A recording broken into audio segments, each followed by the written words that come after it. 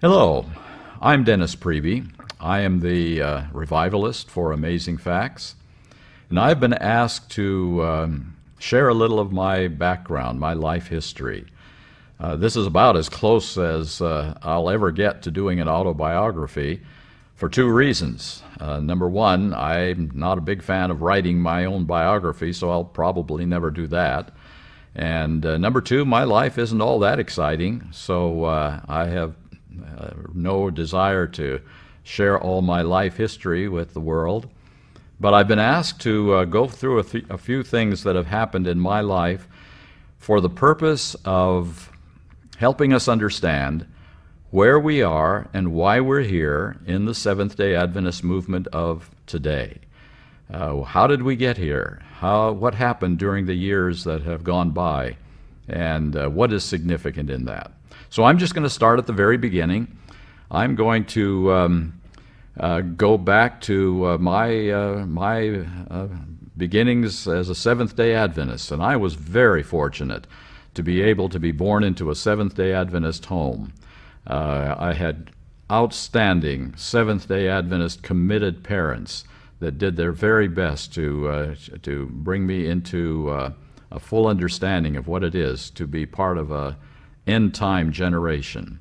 And so I'm very grateful for that. They sacrificed greatly to put me through Adventist schools, and so I give them so much credit for my life and what it has been. Now I'm going to pick it up about when I went to Academy. We lived in Sacramento, California, and I went to Lodi Academy for my academy education, and I had an excellent Bible teacher there. His name was Herbert Greer, and during that period of time I made a commitment that I wanted to be a minister in some way, and so I went to Pacific Union College to take the theology course to train to be a minister. What I remember most about my experience at Pacific Union College was the excellence of the teachers that I had at that time.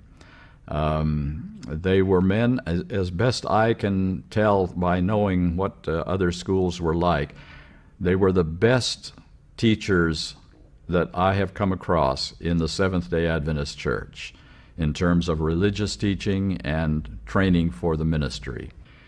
There were men there like Carl Kaufman, who later went on to be the chairman of the religion department at Andrews University. There was Robert Olson, who later went on to be the director of the Ellen White Estate in Washington, D.C.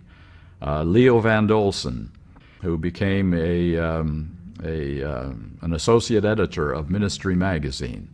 And these were the individuals that shaped my understanding of Adventist theology. And then there was W.T. Hyde, who didn't go on to be anything in particular except a great Bible teacher. And he was the one that most helped me to understand what my theology would be as a Seventh-day Adventist. So those were the really good foundations for my beginning and my understanding as a Seventh-day Adventist and what I was going to do. During those years, this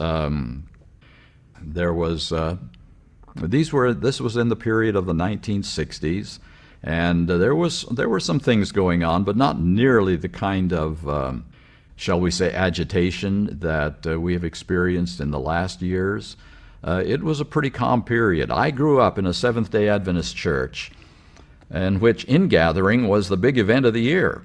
And we went out and sang Christmas carols and gathered money for the world missions, and that was my boyhood as a Seventh-day Adventist. And then there was always the Signs campaign, Signs of the Times, in which everyone was asked to sponsor a certain number of subscriptions to people who needed to understand the gospel and Seventh-day Adventism, and that was my beginnings. Of course, there was Pathfinders, which is still around today, and the things that normally a Seventh-day Adventist child would be part of. So that was my roots in the Seventh-day Adventist background. So at Pacific Union College, was able to learn from some, I think, of the very best minds in Adventism, and to understand what the issues really were. And so I began to try to formulate my own thinking, my own beliefs, my own thoughts. And again, I credit Elder W.T. Hyde for so much of where I am today and what I have believed. And again, not too many people know of him. He's not a famous figure, but many times it's that way. The ones that are least out in the front and are the stars are sometimes the ones who help the most to form backgrounds and share. So that again was my experience. I was called to be a minister, a young minister at that time. I told the Lord that if I'm a Northern California boy, grew up in this area, and I told the Lord privately that if there's any one place that I hoped He wouldn't call me to, it would be Southern California. Guess where my call came from? Southeastern California Conference. And that's where I began my ministry. I was an intern for a year at San Diego Broadway. Then what was very apparent to us young guys at that time was once you got beyond your internship, you were sent off to the Far Eastern Division. Of course, that meant for Southeastern California, the desert. And so we were sent out to the desert as our first pastorates. And I became the pastor of the Brawley Seventh-day Adventist Church, not very far from the Mexican border. And that was for my first year. Then we were asked to go to Indio, near Palm Springs. And that's where my son was born, and we spent some very good years there. I'm really, really thankful for the lay leaders of churches like that helped me to know how to relate to people and how to be a pastor. They taught me more than I taught them. And so that was a very productive time. Then I was asked to go to San Diego, back to San Diego, to the Imperial Beach Church, where I spent a number of more years as a pastor, learning again more about practical life than about theology. I had already been to the seminary for 2 years of training, and that's where, again, beyond Pacific Union College, the theological foundations were laid. But being a pastor and learning how to relate to people was extremely important for the rest of my life. So that at that point, we were trying to decide what the best thing would be for us to do and be. I was ordained at the Loma Linda Seventh-day Adventist Church, one of the largest churches, of course, in the denomination. And my son was actually born at Loma Linda University Hospital. And so that, again, was the very, very foundation of where we were. It was after that, when we were living in San Diego, that I received an invitation to do something that I had never done before in my life, and that was to teach in the classroom at Pacific Union College. And so that became a part of a decision-making process, because I had not trained to be a teacher. I had trained to be a pastor. And so this was a brand new experience for us, a new challenge. Would I be effective in a classroom experience at a college level? And the reason that I considered this very seriously was that I remembered the quality of the teachers at Pacific Union College, the education that I had received there, and those teachers were still there. They were still a part of that religion department faculty, and so I thought to myself, where better could I be mentored and guided except by teachers of that quality? So we made the decision to join Pacific Union College and the faculty, the religion department faculty there, and try to learn what it was, how to best be a teacher, in the religion department for both general students and theology majors. And that became the challenge of that time. The first year was a kind of a tough year to try to put together course schedules and syllabi and get all the lectures arranged for the very first time in my life. And I can just say, I am so grateful for people like Carl Kaufman, who became a real mentor to me and guided me and gave me very, very good direction as to how to be effective in the classroom.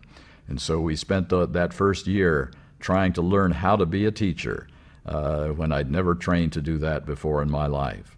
And that became the challenge of that time. Then as we began to kind of fit into the total perspective of a college experience and a college environment, I began to be more and more comfortable with that and felt that this was probably where my real abilities and my calling was. And I began to be extremely happy that the Lord had led us in this direction. So we continued to try to put together the best courses and the best ideas. I taught general students like Life and Teachings of Jesus and Bible doctrines and Bible themes. And later on, I began to teach the theology majors on basic theology of Seventh-day Adventism and how to share that theology and how to make it practical. And so this became, again, part of our lives and part of our experience. So I think that's probably enough of an overall background as to where I came from. I now want to get into some of the real issues that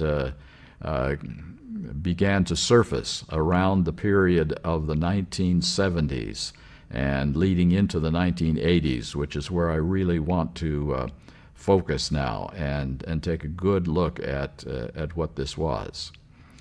During that time, we had, again, a very, very sound, in my judgment, religion department. Again, I'm going to say I think it's probably the best department that I know of at that time with the individuals that were there. I look back to my time as a student there during the 1960s, the early 1960s, and we didn't always have perfect teachers. And during my student years at Pacific Union College, but we had leadership at that time that pretty well knew if things were not the way they should be. We had a few teachers during my student years in the early 1960s that were not as clear on Adventism as they should be, and they raised some doubts and they raised some questions in student minds. And those teachers, within a year or two, were gone. They were no longer part of the faculty at Pacific Union College. But when I came back as a teacher in the middle 1970s, things had changed a bit. As I said, I'm so proud of the teachers that were there during the 60s and the 70s. But by the mid-70s, a new president had a different philosophy than the one that I went to school under in the early 60s. His philosophy was that the religion department was much too one-sided. It did not have enough variety. There were not enough different viewpoints expressed. And since we live in a society in which people like to have different viewpoints and society was moving into different ideas, we need to have a diversity of experiences in the religion teaching at Pacific Union College. And so the ones that I had been so fond of and respected so much, they began to take calls to other places, and new teachers were brought into the religion department, younger teachers, charismatic teachers, and they began to shape the department in a different way. And again, something happened that was very significant, and that is the kinds of teachers that might not have lasted in the 1960s were now applauded, promoted, and encouraged to be part of that kind of thinking in the 1970s. So within about 15 years, the climate had changed in that college. And now we were beginning to hear of different things, and some things began to happen that were not as good as I had hoped they would be. So I think I'll leave it right there at this point, and then we'll come back after a little break, and we'll talk about what really changed and how that change is affecting us to this day. But there's one more thing that I'll say, and that is when I was about 13 years old, something was happening that I didn't even know anything about. At the very top levels of the Seventh-day Adventist Church in about 1955 to 1957, there were discussions about what our gospel was really like. And the discussions were between certain evangelical leaders who had come to talk to Seventh-day Adventists about whether or not we were a cult. And so during that period of time, major decisions were made. And of course, I was totally unaware of this. I was about 13 years old. So I had no understanding of what was happening during the 1950s. And again, the person that I credit most with making me aware of these things was Elder W.T. Hyde at Pacific Union College. As we sat in his class as theology majors, he would explain to us exactly what happened in those discussions that were taking place between evangelical leaders and Seventh-day Adventists. And he would lay out the individuals that were involved and what each individual believed. And again, I am so grateful for that background. Of course, when I was growing up, I was totally unaware of anything like this. But he was the one who opened my eyes and shared with all of us what was really happening. As again, Walter Martin and Donald Barnhouse came to the leaders of the Seventh-day Adventist Church and challenged the church as to whether or not we were a cult or a mainstream Christian church. And the book that came out in response to that was the book Seventh-day Adventists Answer Questions on Doctrine. And in that book, we began to move from some of the positions that we had held previously on things like Jesus Christ and how what he was when he came down to this earth. What nature did he have? And we began to move from our positions on whether or not there would be a people who would live without sin at the end of time. And those became very significant issues as they developed.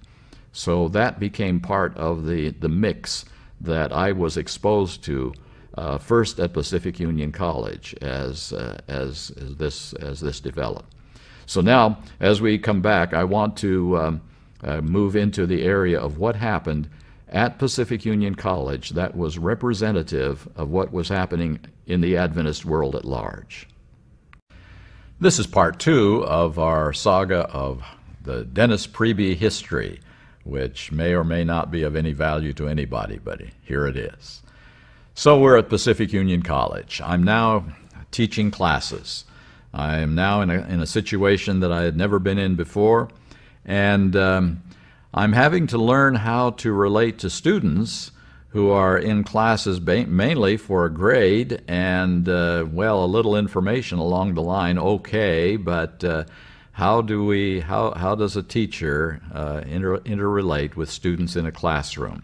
And once again, just as it was when I was a pastor, my students were teaching me probably more about how to teach than I was learning in terms of my theological background. So again, I'm very grateful for the opportunities that I was given to grow and learn and find better ways to communicate the messages of Adventism. We were fitting into the classroom experience, and I was having such a great time teaching and having classes on a regular basis that I had pretty well decided that this is where I wanted to spend the rest of my life. It was a great place. Pacific Union College is a really unique place to live. I mean, it is set in such a beautiful environment, and the background is so nice to be in every day. Oh, there's a little rain, sure, but it is such a great place overall. And to raise my son Matthew there, I thought this is it. This is heaven on earth, and we were going to enjoy the rest of our life at Pacific Union College. And we went into that I went into it with that mindset. So there we were, and as I said in my last presentation, some things began to change.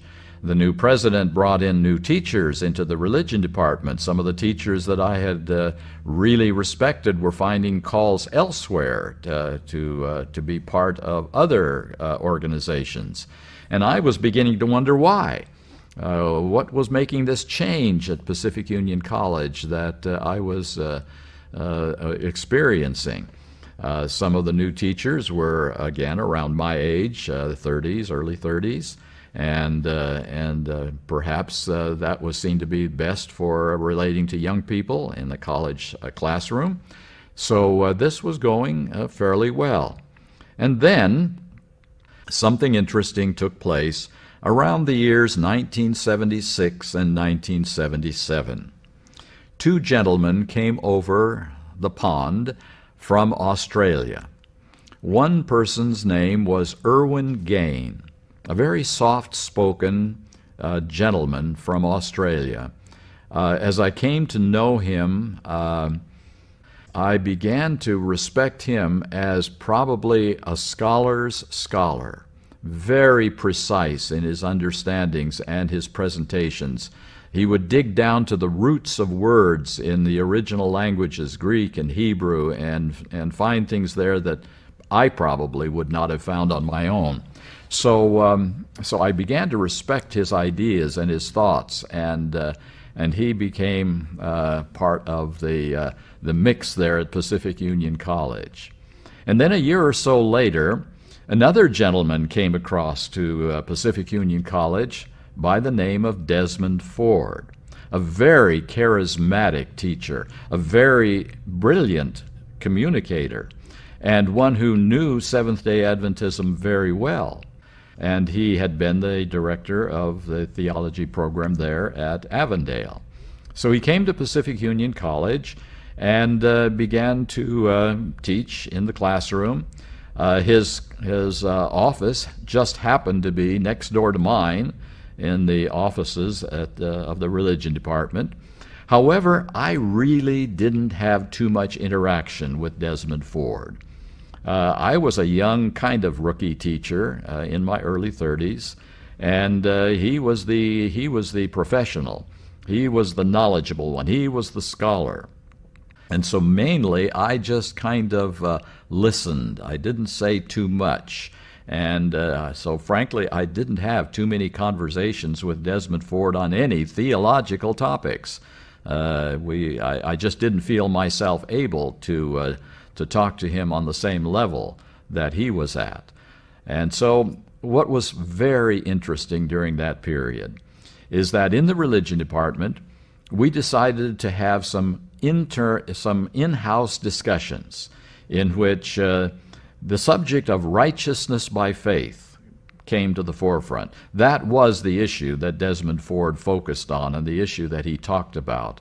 And so Desmond and Irwin Gain became the main discussion leaders in this understanding.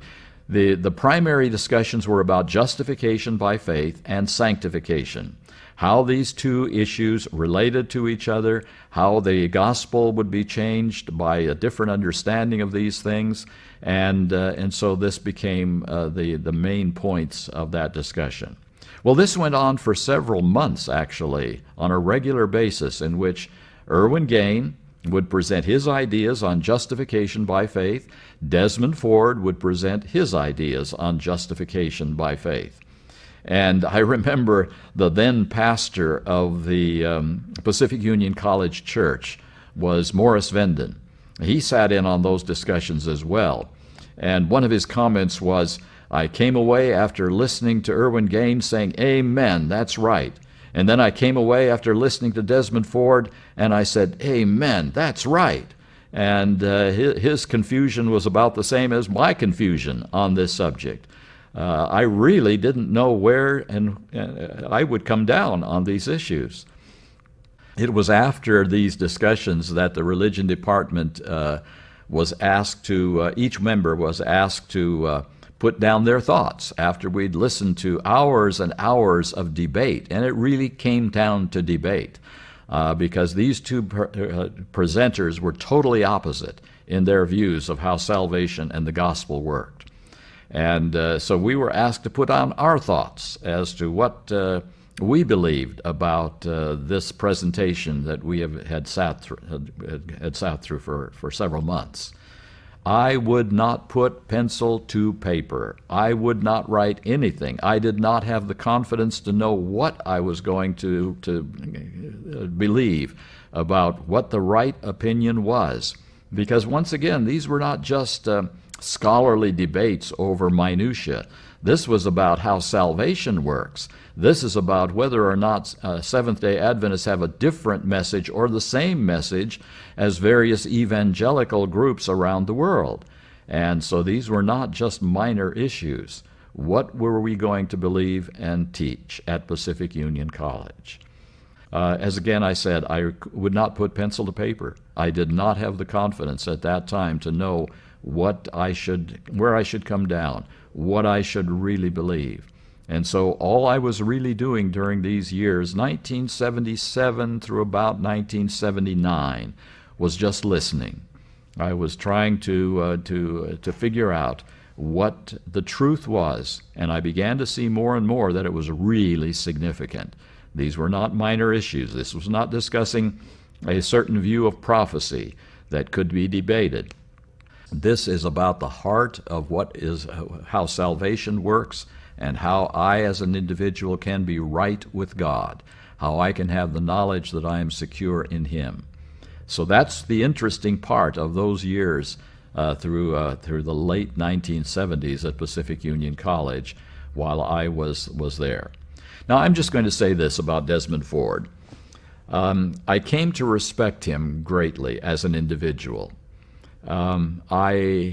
I never saw him be anything other than Christ-like and natural in his relationships with individual students or faculty members.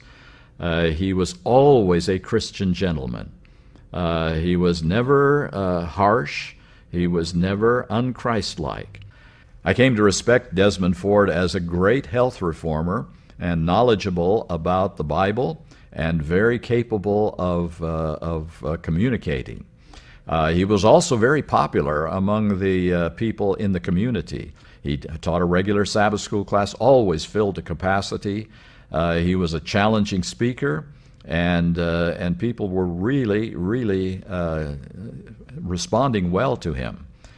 His focus during that period of time was on the gospel and on Jesus Christ, two of the most important things in all of religion, how we can have a relationship with Christ and in a meaningful and a way that assures us that we are right with God.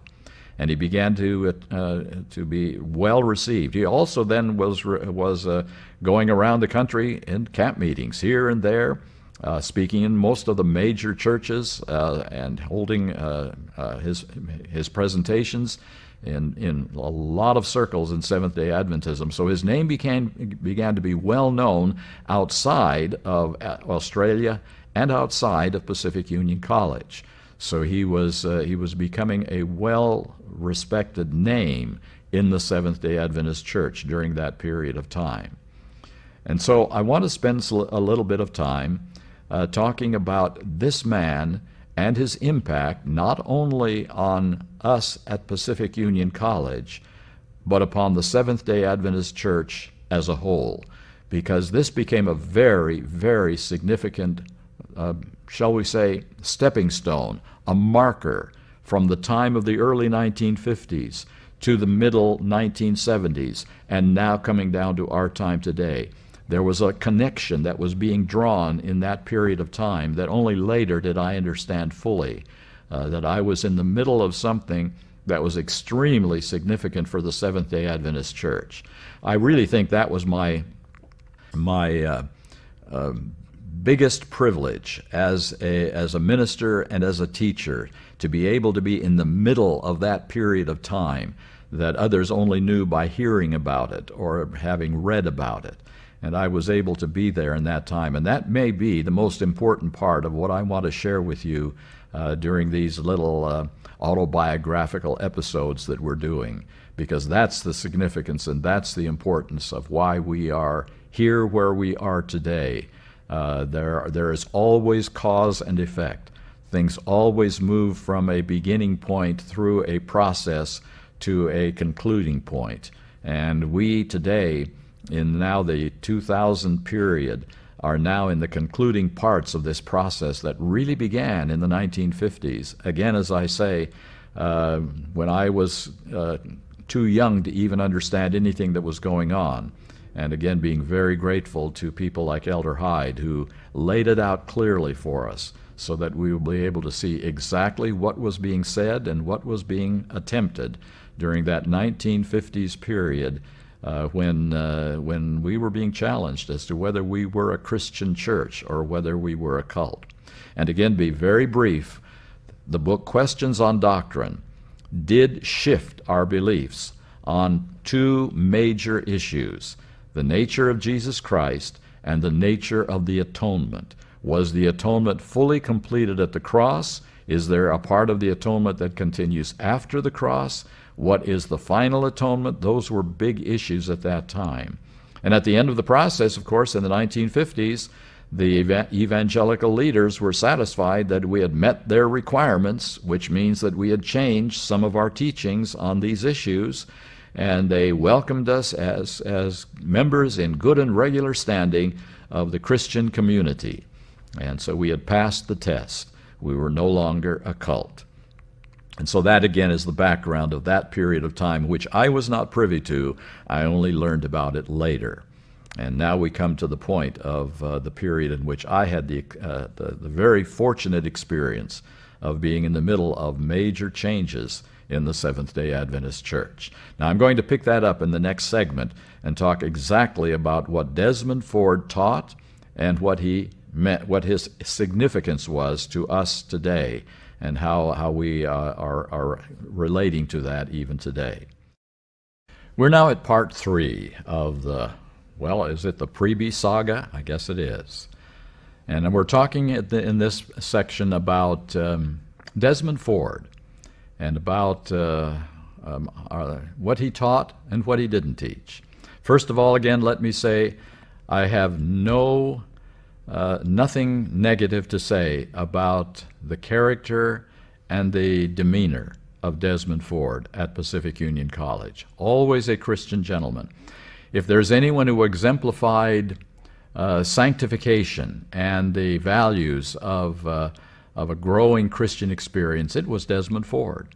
Again, a great health reformer and truly representing Adventism in a positive way. So what did Desmond Ford teach, and how is it significant to us today? As I said, I really was not clear on what the right decisions were to be made about what he said about the gospel, about justification, about salvation. Was this on track? Should I rethink my understanding of how the gospel works? And so once again, I am very grateful to my mentor of school years, Elder W.T. Hyde. He was retired then, not teaching in classes any longer, but had the opportunity to spend a little time with him and talk to him about these issues. And he said one thing to me that really stood out and really shaped the rest of my ministry up to this point. And he said, the real issue here is what sin is. I hadn't even thought of that. Because the discussions were not on that at all. The discussions were on the gospel and salvation and righteousness by faith. But he said the real issue that we have to consider is sin, and he just left it at that. And I thought about that for a long period of time, and finally I realized that that was the key. That was the whole basis for what Desmond Ford was teaching about the gospel and about the mission of the Seventh-day Adventist Church. So here is what I understand to be the heart and soul of the theology of Desmond Ford. We are born sinners. We are born separated from God. We are born lost. We had nothing to do with it. It was because of the decision of our parents and our parents all the way back to Adam that we are born in what is called a fallen state. And that fallen nature that we inherit means that things are not right in our nature, our background. Things are going to be pressing upon us from day to day that we don't even realize, that are hidden to our knowledge, because we have inherited a fallen nature. And the essence of a fallen nature is that we want ourselves first. We want to have what we want to have. And the gospel, Paul's writings are very clear that this nature, this old man must die. So something about the nature we inherit is very negative. Fallen nature equals sin. That was the bottom line. That was the crucial foundation for everything that Desmond Ford would say. And once again, I want to say one more very positive thing about him. He was a very consistent theologian. He would begin at step one and build on that all the way through to conclusion. He would not pick and choose. He would not do smorgasbord theology, taking a little here and a little there and what sounds nice and what might be convenient. He was very consistent in moving from step A to B to C to D, and that I really respect as well. So, bottom line, we are born lost. We are born condemned. This was a very strong teaching of the evangelical Christian churches, and this now became the foundation for his belief. Once you make that bottom line statement that we are born in a fallen, lost condition because of our fallen nature, then the next step in the theology becomes obvious and clear. Jesus Christ, when he is born into this world, he cannot take a fallen nature, because if he took the same nature that we have, and that nature condemns us from the moment of our birth, then he would be condemned at the moment of his birth, and he would need a Savior also. So the only way to build upon the foundation of what is called original sin, the technical term for this teaching that we are born condemned and lost, is to also believe that when Jesus Christ comes into this world, he does not take our fallen nature. Instead, he skips 4,000 years of heredity and takes the perfect nature that God gave to Adam and Eve when he created them. And remembering again what that nature means in terms of its difference from our nature. For Adam and Eve, their nature did not have to work at obedience. Their nature found obedience as natural as breathing, as natural as getting up in the morning and going about one's activities with no thought or care for the day. The perfect nature of Adam and Eve always responded in joyful obedience to God. And so that is the nature, according to Desmond Ford's theology, that Christ took when he came down to this earth. And that's why he doesn't need a Savior in that kind of thinking, because he did not have this separation from God, which we all inherit when we are born. So there again, we have the foundation of the theology of Desmond Ford. Born sinners, Christ had a different experience because he had a different nature. He did not fight the same battles internally that we fight with our fallen nature. Then, obviously, the next step is moving to justification, which is the step of repentance and what it means to be forgiven. Now, if we are born with a fallen nature, that means that during our entire life, this fallen nature will be impacting our decisions, our choices, and our relationship with Christ. So that means that as long as I have a fallen nature, and that is sin, I will be sinning by nature. I may overcome things like my temper. I may overcome the desire to smoke or drink, but I still have this fallen nature. And according to this understanding, fallen nature equals sin. Therefore, even while obeying, I am to some degree sinning. Martin Luther put it in a simple way: we are at the same time just, forgiven, and a sinner at the same time, because we have this nature within us. And that was Desmond Ford's understanding as well. So his understanding was that we continue to sin even when we are in a relationship with Jesus Christ. And therefore we must be constantly forgiven for constant sin. One mandates the other. And so he believed that we are in a state of sinning even while being obedient to some degree in our personal lives. That means that justification is an ongoing experience in our lives. Justification can never be something that makes us righteous. It can only be something that declares us righteous. And that was the big issue in the debates between Desmond Ford and Irwin Gain. Irwin maintained very strongly that justification is to both declare us righteous and make us righteous, while Desmond Ford was just as strong in saying that justification is to declare us righteous even though we are not totally righteous inside, even though we are still sinning by nature. So justification, being declared righteous, is the primary focus. And one thing about Desmond Ford that was very common to his expressions, he would say over and over, all the leading scholars say, and of course, all the leading scholars do say that justification is being declared righteous. That is what the majority of scholars in Christianity teach. And so he was absolutely right. He was very fond of that statement, all the leading scholars say. And so, again, justification being declared righteous only. That means that since we are never made totally righteous, that means that we will always be sinning to some degree until we receive a new nature.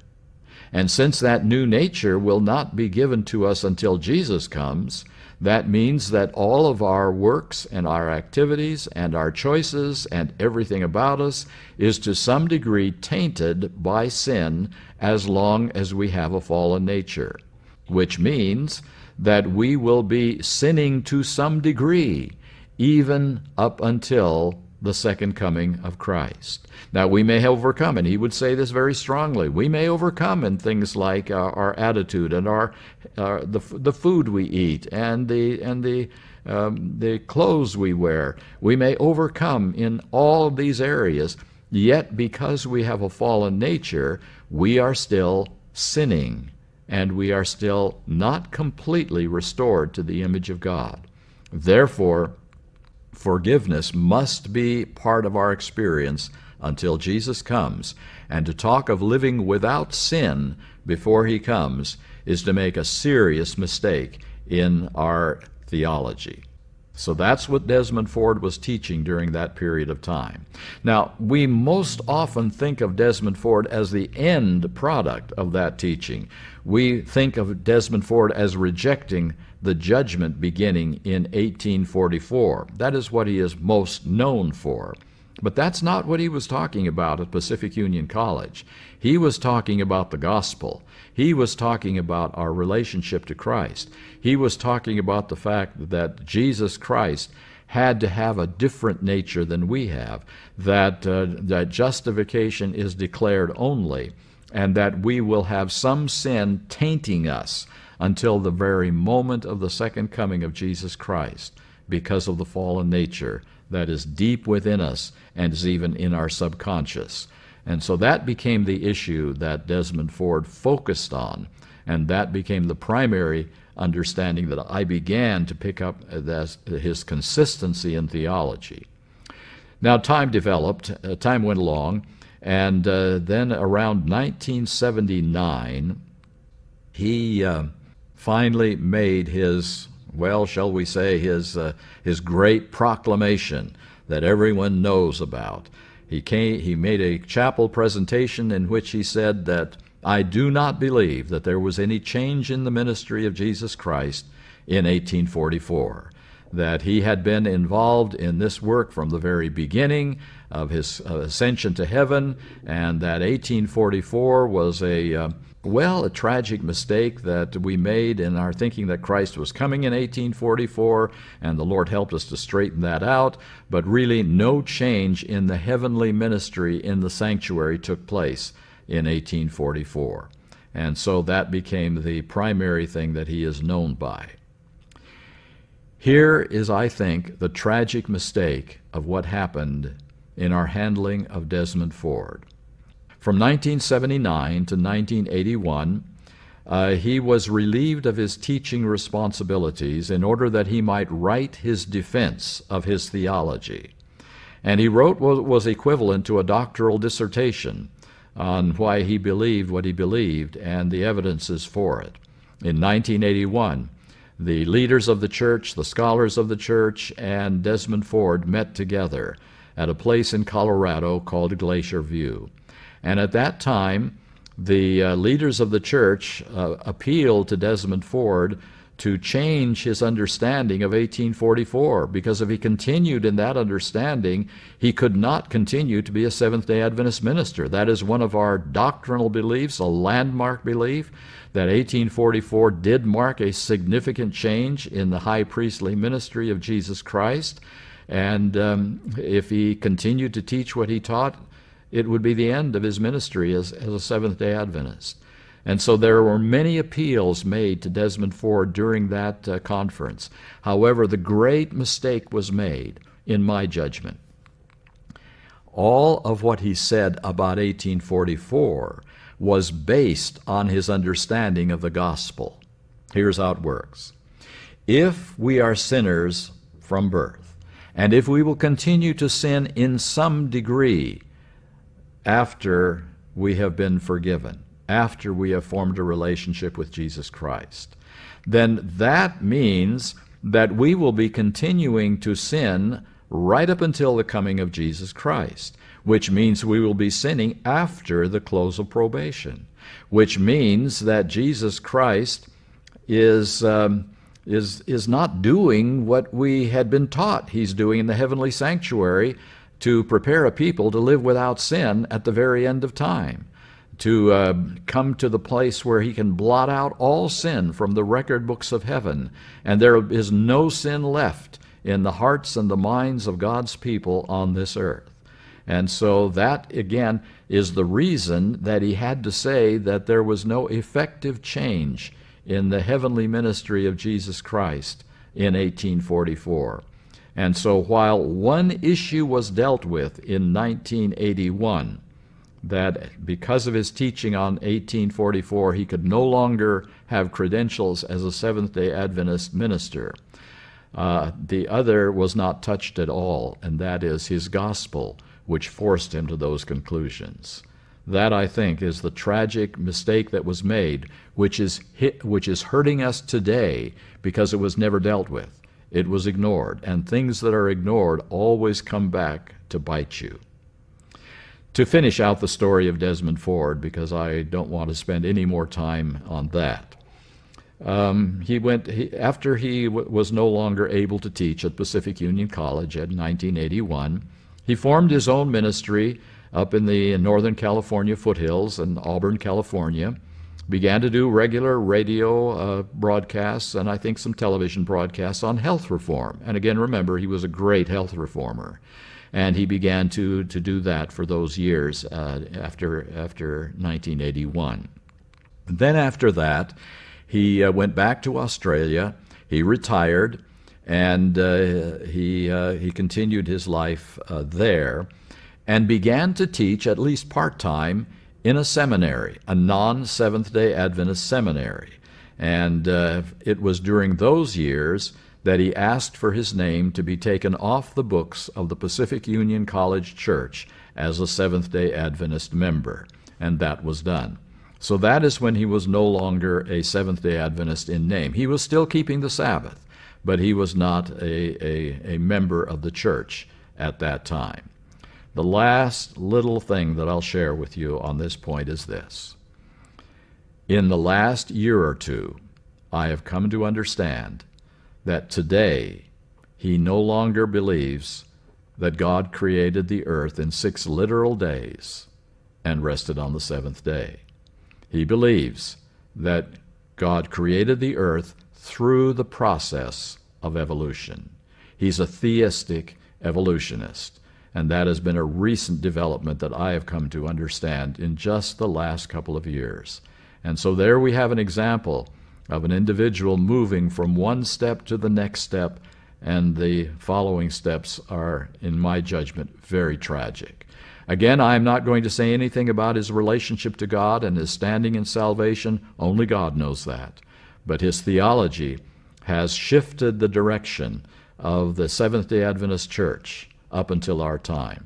Seeds were planted in the 1950s that changed the direction of the church, and they were watered during the 1970s and the 1980s by Desmond Ford's bringing them to full flower, giving us the real conclusion of what those early seeds were about, and producing a tree in which we are receiving a harvest today.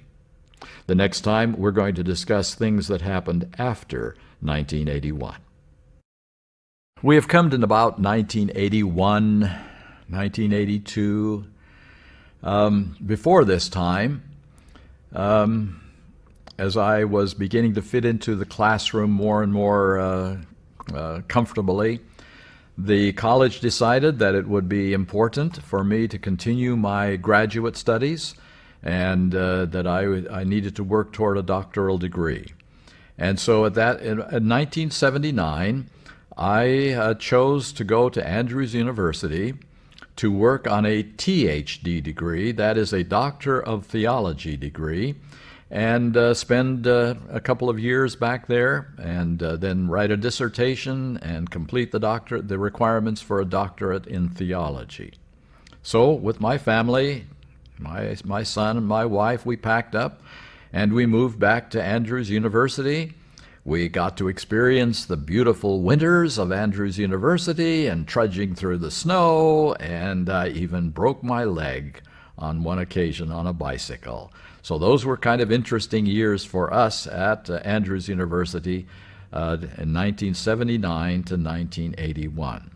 Now, I did appreciate the classes that I was able to take and the added knowledge that I was able to get. I didn't appreciate so much the hoops that one had to jump through in order to even get to the classes. I had to have a reading knowledge of obviously Greek and Hebrew, but also German and French to pass exams in that before I could even take the first class. And so those were some of the not so nice things that I had to go through, but I did appreciate the time that I was able to spend there, and the classes that I was able to take, and the teachers at Andrews University. So that was good. But what really happened for me, and what really was significant about that, was not so much the classes that I was able to take, because now, again, I was beginning to formulate my thinking on these issues of salvation and righteousness by faith. And I had come to some conclusions about Desmond Ford, and I saw his direction as really a very dangerous direction for the future of Seventh-day Adventism. And I was putting together my thoughts and reflecting on this. It was so good for me to get away from the kind of intense controversy that was building up at Pacific Union College, and just separate from it completely and do some thinking and do some studying. And for the first time in my life, I was exposed to what is known as the 1888 message. In all my experience in Adventism up to that point, and again, I've gone through all of my education in Adventist schools from second grade on through graduate school. I had never heard anything about Jones and Waggoner. I had not heard about it, obviously, in academy, and I did not hear anything about it in my college experience as a student. I had heard virtually nothing about it. And all of a sudden, I began to hear of some things that were happening. Now, there were individuals that knew of this long before I was aware of it once again. During the 1950s, two individuals that were former missionaries in Australia, Wieland and Short, came back to the United States. And they began reprinting some of the books of Jones and Waggoner and talking about their theology, and some meetings were being held about what the 1888 message was all about. I virtually knew none of that up until the period of about 1980. And so all of a sudden, I thought that I needed to understand what was being taught, what was this message that 1888 was really all about, and how it was significant. So I began to dig, and I began to read. And this was the most important part of my experience, away from the controversy and just with the ability to sit down and think and read. And I began to see things that I had never really seen clearly before. Number one, their understanding of the gospel was completely different than Desmond Ford's understanding of the gospel on all levels. That sin is not necessarily an inheritance of birth, that it is a matter of decisions that we make when we have understanding of what is true and what is not true. Most importantly, their focus was on Jesus Christ, uplifting Jesus Christ, but uplifting a Christ who came all the way down to our level, not skipping 4,000 years of heredity, for which there is no evidence in Scripture or in the spirit of prophecy, that he did not take a different nature than we have today, but he came in the same nature that we have, the nature which is prone to selfishness and is prone to being tempted from within as well as from without, the dangerous nature of fallen humanity. And then their focus on justification was very much different than Desmond Ford. Justification is not only a declaring righteous, but a making righteous, in which God not only declares us to be forgiven, but he changes us. So we have new values, new understandings of who we are and who God is, and what the gospel is all about.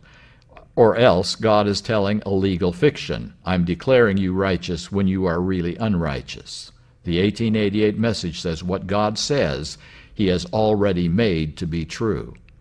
And so that became another part of this message that I had not understood before, that they taught before that time. And then, of course, the conclusion of the message has to be that if God can make us righteous at the moment of justification and produce a sanctifying growth in our experience all the way down through our lifetime, there will come a time, if we live to the end of this earth's history, when all sin will have been removed by the grace and the power of God. And so we will no longer be sinning in thought or word or action, which is the only definition of sin that is valid. I began to understand that their gospel was a completely different gospel than the gospel of Desmond Ford. From beginning to end, from root to conclusion, that this was a completely different way of seeing salvation and how God is preparing a people for translation at the very end of time. And so Desmond Ford's gospel began to become very clear to me as an aberration, as a false gospel, as a teaching that would destroy the Seventh-day Adventist Church. And I began to be very, very grateful for a message that came in 1888. Now, there's one thing that we need to clarify there. It is called the 1888 message. But in that particular year, can we say, unfortunately, or maybe by God's providence, we don't know. no record was taken of the presentations they made at the 1888 conference. There are no verbatim transcripts of that. Now, later general conferences all had verbatim transcripts. They were all done, and we have the record of each one. But in that year, there was no record of what they taught. There were only eyewitness accounts of what they taught. So that means that we do not know everything they said in that particular conference. And some people say, well, that means we don't know what the 1888 message is. I think it may be providential, that because that was just the beginning of their teaching on the gospel and on these issues. When they really began to formulate their opinions and state them very clearly was in the early 1890s. And in 1893 and 1895, this message came to full fruition. It began to be a very polished message. They began to say things as clearly as they had ever said them, and their writings were in harmony with that at that time. So it really should be called the 1890s message, the message which was designed to get God's people ready for translation. Because if we read Ellen White correctly here, we were to be in a period of time at that period to prepare us for translation. There should have been a second coming in the 10 or 12 years following 1888, according to Ellen White. And this was the message which was to prepare a people for translation. She said it was the beginning of the loud cry. She said that if we rejected this message, we would reject Jesus Christ, the author of this message. So that began to impress me greatly during this period of time, that this is where God had spoken to us more clearly on the subject of righteousness by faith than at any previous time in Adventist history. And I began to dig deeply into this period and this understanding. Just to kind of pull it all together, the message of 1888 and the years following is just as much in jeopardy today as it ever was in 1888. Ellen White wrote so much about the fact that if the leaders continue to oppose and ridicule the message and the messengers, their salvation could be at stake in this issue, and there needed to be repentance. Well, today, there is just as much opposition in high scholarly circles against the messages of Jones and Waggoner. The issues of sin being a matter of choice, Jesus Christ taking our fallen nature, justification being made righteous as well as declared righteous, and complete victory over all sin before Jesus comes back to this earth. Those issues are just as much opposed today as they ever were in the 1890s. So this message is still not accepted by and large in Adventist scholarly circles. And we're going to see as we move on through these presentations how that is impacting us right now today. The 1888 message, I believe, was the clearest message ever given to the Seventh-day Adventist Church on how to get ready for translation and the second coming of Christ. I think that this is something every one of us needs to get deeply into right now, that the messages are there. When I was growing up, the books were not available, but today we have them all, and there is no reason now for us to be ignorant about the messages of that period of time. We can read them for ourselves. There are many presentations, both verbally and in written form, as to what this message was and what its essence was. And we have the tremendous advantage today that was not available to my parents and my grandparents. They did not have this message. It was buried. It was buried for decades. But now it's available to us because I believe that we are now in another period like 1880s and 1890s. We are now in a period in which I think Jesus is preparing the way for his coming back to this earth in this period of time. And we can be that generation. If the message was right for the period of the 1890s, it is even more right for the period that we live in today. This, I believe, is the heart and soul of who we are as Seventh-day Adventists. So again, I was very grateful for that opportunity that I had never had before, really, in my life, to dig into the messages of the 1880s. Even those teachers at Pacific Union College that were my mentors and the ones I respected so highly, they did not share anything about the message with us as students in the 1960s. It was a buried message. And so I became very, very grateful for that opportunity to study this message thoroughly. And believe it or not, it came into full harmony with what I was understanding as the true gospel based on Scripture and the writings of Ellen White. So that was a very, very fulfilling period in my life and my ministry. Then I came back to Pacific Union College in the year 1981, and we're going to pick that up next as to what happened during those eventful years from about 1981 to 1985.